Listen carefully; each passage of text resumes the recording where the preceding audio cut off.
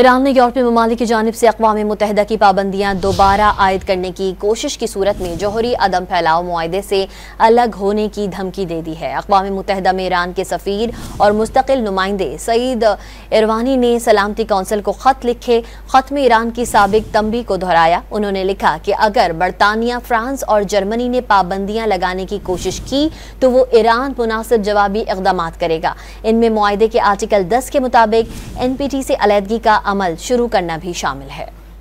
Iran ने यूरोपीय ममालिक की जानिब से अक़वाम मुत्तहिदा की पाबंदियां दोबारा आयद करने की कोशिश की सूरत में जौहरी अदम फैलाव मुआहदे से अलग होने की धमकी दे दी है। अक़वाम मुत्तहिदा में ईरान के सफ़ीर और मुस्तकिल नुमाइंदे सईद इरवानी ने सलामती कौंसिल को ख़त लिखे ख़त में ईरान की साबिक तंबी को दोहराया। उन्होंने लिखा कि अगर बरतानिया, फ्रांस और जर्मनी ने पाबंदियां लगाने की कोशिश की तो वो ईरान मुनासिब जवाबी इक़दामात करेगा। इनमें मुआहदे के आर्टिकल 10 के मुताबिक NPT से अलहदगी का अमल शुरू करना भी शामिल है।